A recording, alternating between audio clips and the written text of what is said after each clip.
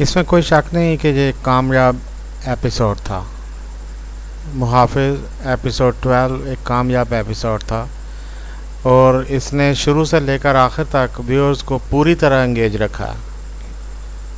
इसमें जितने भी सीन आए हैं, पहले सीन से लेकर आखिरी सीन तक, वो सब के सब किसी न किसी हवाले से बड़े इम्पोर्टेंट और एंगेजिंग सीन्स थे। पहला सीन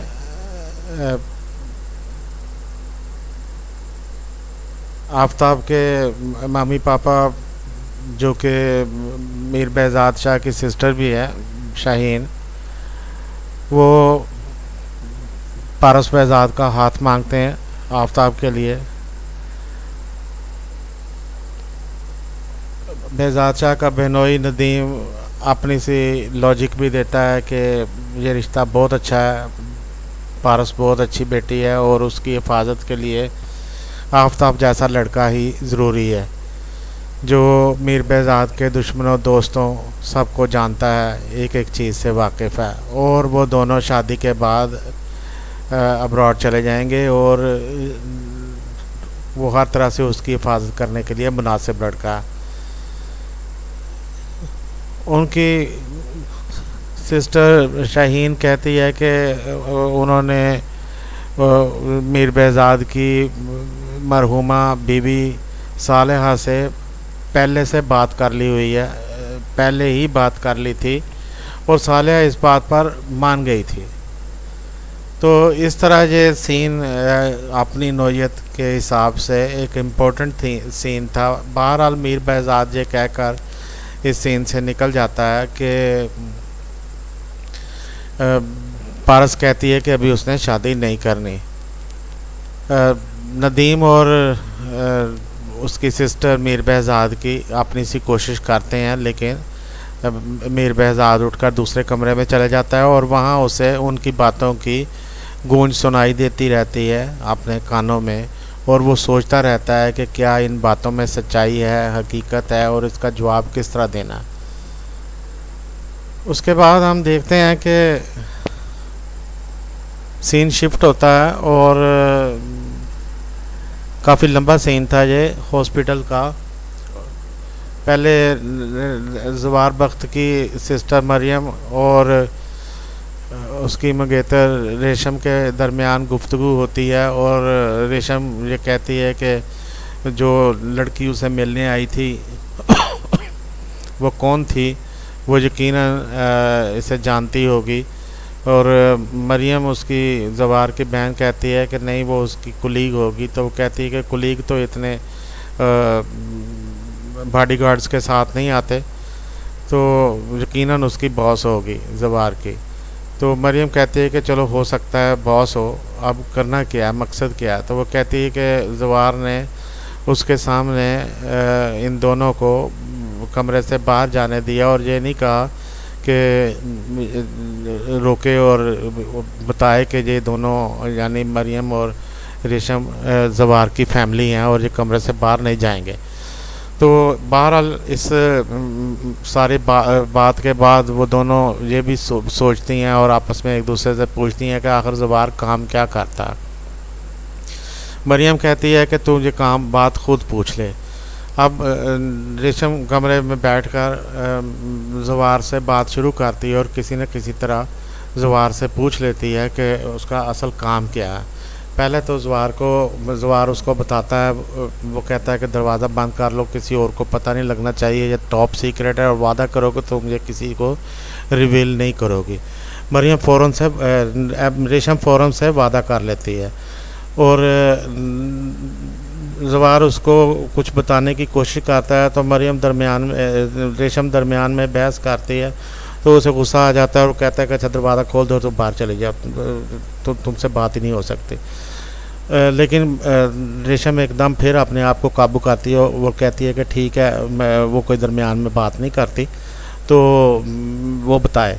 और आगे वो ज़वार बताता है कि ये जो लड़की आई थी ये उसके बॉस की बेटी है और इसी का वो बॉडीगार्ड है और ये बास की अकलौती बेटी है और इसे बहुत से ख़तरात लाक हैं। तो वो बॉस ने उसको इस लड़की का बॉडीगार्ड चुना हुआ है, और जितने पैसे उसको मिले हैं 50 लाख उसको एडवांस में लाया, और इस तरह 5 लाख तनख्वाह भी मिल रही है ये, और किसी काम में नहीं मिलती। तो ये दोनों चीज़ों की उसे ज़रूरत भी थी, उसे तनख्वाह की भी ज़रूरत थी और उसे 50 लाख एडवांस की भी ज़रूरत थी जो उसने अपने अब्बू के ऑपरेशन के लिए रखने थे। बहरहाल रेशम जो थोड़ा यकीन नहीं भी कर रही, वो कहती है कि तूने ये बात सारी अपने घर वालों को क्यों नहीं बताई। तो वो कहता है कि अगर मैं उनको बता देता तो वो कभी मुझे ये काम ना करने देते, कि इसमें मेरी जान को ख़तरा है। बहरहाल रेशम और उसके दरमियान, जवार के दरमियान ये बात किसी हद तक ख़त्म हो चुकी है, और दोनों ने इस तरह बात की है जैसे वाकई फ्यूचर में उनका एक रिलेशन बनने वाला हो, और वाकई वो फ्यूचर में मियाँ बीवी बनने वाले हों। तो वो दोनों एक दूसरे के साथ राजदार हैं, और दोनों की ज़िंदगी का क्योंकि सच झूठ हकीकत सब कुछ साझी है, तो इसलिए वो इस तरह की बातें कर रहे हैं। तो जो भी राज है और जो भी नहीं है वो सब मरियम रेशम को पता होना चाहिए।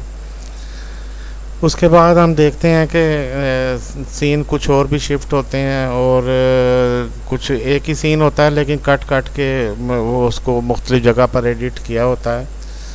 हम देखते हैं कि मीर बहज़ाद गाड़ी में फ़ोन करवाता है सिकंदर से वहाब दुरानी को कि वो उससे मिलना चाहता है। वहाब दुरानी उसे अगले दिन आने का कहता है। वो कहता है कि नहीं उसी दिन। जब वहाब दुरानी नहीं मानता तो मीर बहज़ाद अपने आप सिकंदर को लेकर वो आप तक पहुंच जाता है, और हम सब हैरान होते हैं कि मीर बहज़ाद को वहाब दुरानी के ठिकाने का पूरी तरह पता था कि वो कहाँ बैठा है और क्या कर रहा है। बहरहाल वहाब हैरान होता है और कहता है कि वो इसलिए कह रहा था अगले दिन आने का कि वो उसकी कोई खातर तवाज़ो का इंतज़ाम कर सके। मीर बहज़ाद इसकी इस बात पर यकीन नहीं करता और कहता है कि वो अपनी खातर खुद कर लेगा, और इस तरह दोनों गुफ्तगू शुरू करते हैं, और अच्छी गुफ्तगू थी। और उसके बाद मीर बहज़ाद उसे कहता है कि तुम्हारी ज़वार से आखिर क्या दुश्मनी है, वो तो एक आम सा आदमी है। और वो कहता है कि वो उनके दरमियान आ जाता है, इसलिए उसे अच्छा नहीं लगता।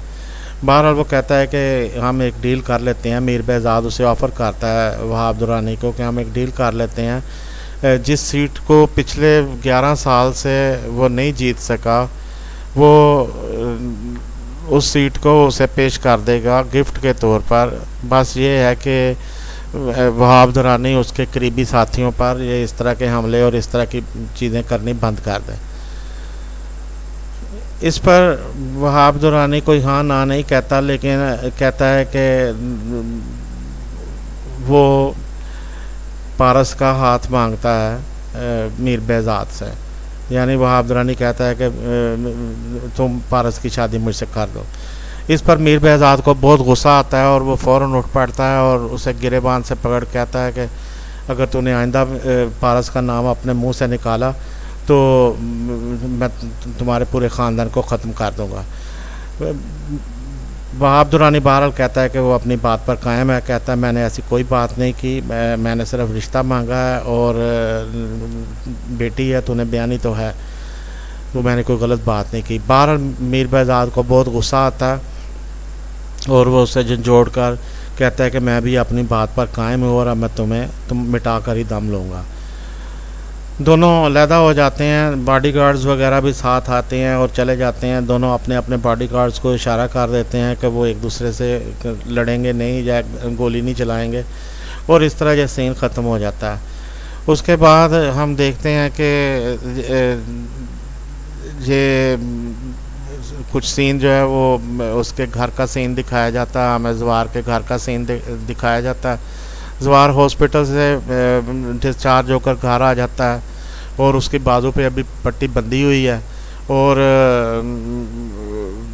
6 दिन हो गए हैं, और वो कहता है कि मुझे नौकरी पर जाना है, अभी नई नई नौकरी है और इतनी छुट्टियां मेरे लिए मुनासिब नहीं है। इस तरह उसने हाफ शर्ट पहनी हुई है और उन दोनों के दरमियान रेशम और उसके दरमियान कुछ मजाक भी चलता है।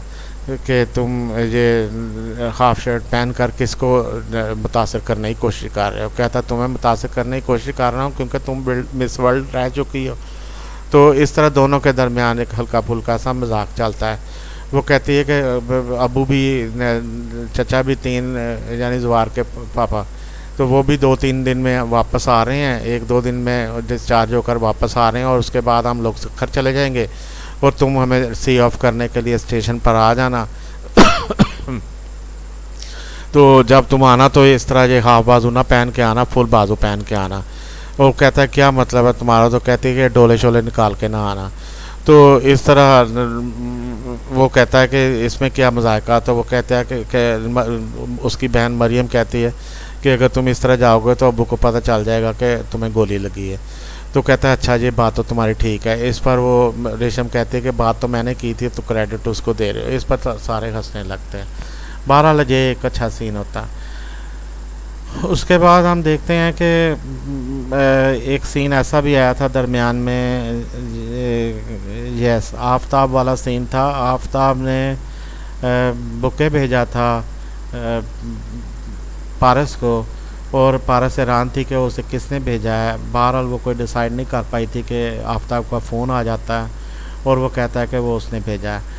पारस हैरान होती है कि उसने क्यों भेजा है। वो कहता है कि बहरहाल ये कि मैं मिलने आना चाहता हूँ और हम एक डिनर पर जाना चाहते हैं। तो वो कहती है कि डिनर पर तो नहीं जा सकते, लेकिन तुम मिलने आ जाओ, और ये कि मैं तुम्हें घर अच्छा सा खाना बनवा के खिलाती हूँ। उनके दरमियान एग्रीमेंट हो जाता है और वो थोड़ी देर बाद घर पहुँच जाता है एक और बुके लेकर। वो सारा कुछ ये इसलिए कर रहा है और आकर खाने की मेज़ पर बैठकर बता भी देता है कि मैं ये सारा इसलिए कर रहा हूँ कि शायद तुम्हें पता हो कि मम्मी पापा ने तुम्हारे रिश्ते की बात की है मामू से, और मामू ने शायद हाँ कर दी है। और पारस इस पर हैरान होती है। वो उसे कोई जवाब नहीं दे पाती मुनासिब, लेकिन वो कहती है कि अच्छा ठीक है तुम खाना खाओ।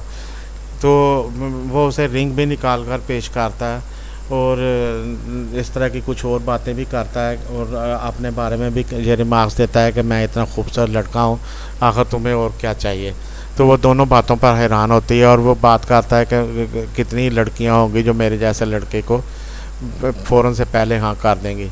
और पारस बेजाद इस बात पर हैरान होती है कि ना तो मैं उन लड़कियों की तरह हूँ और ना तुम उन लड़के की तरह हो।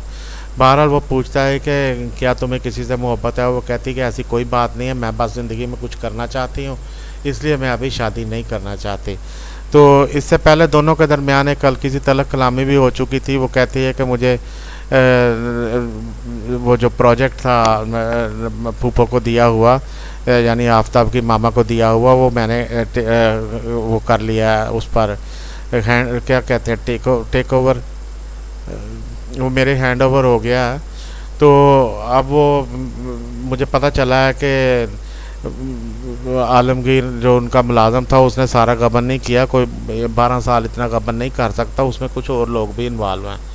तो इस पर आफताब थोड़ा सा जोश-बूश होता है, और जब वो अपनी मामा को क्लियर करने की कोशिश करता है तो पारस बेजाद उसे कहती है कि वो उसे नाम पता है और वो नाम ले भी सकती है, लेकिन वो इन कामों में नहीं पढ़ना चाहती, और इस तरह ये बात ख़त्म हो जाती है। लेकिन आफताब को इस बात पर गुस्सा आता है कि पारस हमेशा उसे शर्मिंदा कर देती है, हमेशा उसे बेइज्जत कर देती है, उसकी इंसल्ट कर देती है, उसकी कदर नहीं करती है और उसे इग्नोर करती है, और उसे एक कमतर इंसान समझती है और उससे मुतासर नहीं होती चाहे वो कुछ भी कर लेता है। तो इस तरह ये सारी चीज़ें जो है ना उसे मज़ीद दांत पीसने पर और होंठ काटने पर मजबूर करती हैं। बहरहाल हम देखते हैं कि ये सीन इतने में जब वो खाना खाने की मेज़ पर होते हैं और ये सारा कुछ वहाँ चल रहा होता है, तो मीर बेजाद और उसके सारे मुलाजिम दाखिल होते हैं, और हम देखते हैं कि मीर बेजाद बहुत गुस्से में है और उसके स्टेप लेने का अंदाज़ इस तरह का है कि उसका गुस्सा उस पर वाज़ेह है, जितनी जल्दी और जितने बड़े बड़े स्टेप लेकर वो कमरे में गया है। तो फ़ौरन पारस उठती है और उसको सिकंदर को पूछती है कि क्या हुआ है, और सिकंदर नहीं बताता। तो वो पूछती है कि दूसरे मुलाजमों से पूछती है, और जब वो भी नहीं बताते तो वो गुस्से में वापस आ जाती है। सिकंदर इतने में कहता है कि मैं अंदर जाकर मालूम करता हूँ। अंदर से हमें आवाज़ आती है कोई, और हम सब डर जाते हैं कि अब मीर बेजाद अपना गुस्सा कैसे निकालेगा, वो क्या करेगा। क्या वो गुस्से में आफ्ताब वाले रिश्ते पर हाँ कर देगा, या आफ्ताब को भी डांट कर निकाल देगा, या वहाब दुरानी के कुछ आर्डर जारी करेगा मारने के, हमले के, या इस तरह कोई और इकदाम करेगा। हम अभी ये सोच ही रहे हैं। तो सीन शिफ्ट होता है और हमें ज़वार बख्त की फैमिली एक बार फिर दिखाई जाती है, और ज़वार बख्त का बाप घर आ चुका है, और वो ज़वार बख्त का बाप घर आ चुका है और वो वापस जाने का सोच रहे हैं। तो इस तरह ज़वार बख्त अपने पापा से बात करता है और उसको बताता है कि उसने 50 लाख एडवांस लिए हुए हैं, और इस तरह उसकी जॉब बड़ी नाजुक है और इस तरह की। तो वो बाप पूछता है कि आखिर जॉब है क्या। तो इस पर ड्रामा जो है वो एक सनसनीखेज से मकाम पर ख़त्म हो जाता है। ये सारा एपिसोड फुल ऑफ थ्रिल था। इसमें सारे सीन बड़े चौंका देने वाले थे। इस तरह पूरे एपिसोड में हम देखते हैं कि व्यूअर के उठने की कोई गुंजाइश नहीं रहती, और हम देखते हैं कि व्यूअर शुरू से लेकर आखिर तक बंधा हुआ सा बैठा रहता है। बहरहाल कामयाब एपिसोड था। और जहाँ तक डायरेक्शन की बात है, बहुत अच्छी डायरेक्शन दी गई है, और सीन में जो थ्रिल था वो हर सीन में वो मौजूद था, और फीलिंग्स थी, और पर्टिकुलर जहाँ टच करना चाहता था डायरेक्टर व्यूअर को वहीं टच कर रहा था, और जो चीज़ व्यूअर में पैदा करना चाहता था, खौफ या हरास या डर, सहम और इस तरह की तशवीश, तो वो पैदा कर लेता था। तो इस तरह हम देखते हैं कि डायरेक्शन ने बहुत अच्छा, बहुत बड़ा रोल प्ले किया है इस एपिसोड में, और जिस तरह करैक्टर्स को एक्टिंग करते हुए दिखाया गया है वो बहुत ही सूटेबल थी, और सबके लिए जिस तरह भी उन्होंने एक्टिंग करवाई है डायरेक्टर ने, तो वो सबके लिए बड़ी सूटेबल थी। और हम देखते हैं कि मरियम का करैक्टर इसमें थोड़ा सा वाज़ेह हुआ है, लेकिन रेशम का करैक्टर काफ़ी हद तक हमारे सामने आया है, और किसी हद तक ज़वार बख्त का करैक्टर भी हमें एक और साइड से नज़र आया कि वो हंसता मुस्कुराता है, और उसकी एक खुशगवार फैमिली लाइफ है। उन पर ये क्राइसिस आए हुए हैं, लेकिन अगर ये क्राइसिस दूर हो जाते हैं तो they are really a happy family. तो उसके बाद मीर बेजाद के ऊपर जो हम देखते हैं कि एकदम से एक क्राइसिस आए हैं, पता नहीं अब उसमें से कैसे निकलेगा। ये सारी चीज़ें हमें मजबूर करती हैं कि हम जल्दी से जल्दी अगला एपिसोड देखें। जब आप ये हो सकता है जब आप ये रिकैप देख रहे हो तो अगला एपिसोड आप देख चुके हो, इसके बावजूद ये रिकैप देखना आपके लिए शायद प्लेयरेबल साबित होगा, आपको अच्छा लगेगा। अगर आप अपने कमेंट्स वगैरह रिकॉर्ड करके ड्रामे के ऊपर मुझे भेज सकें किसी भी तरीके से, किसी भी हवाले से, तो मैं वो अपने चैनल पर पोस्ट करना चाहता हूँ। Thank you so much. Allah आपको खुश रखे। अल्लाह हाफिज़।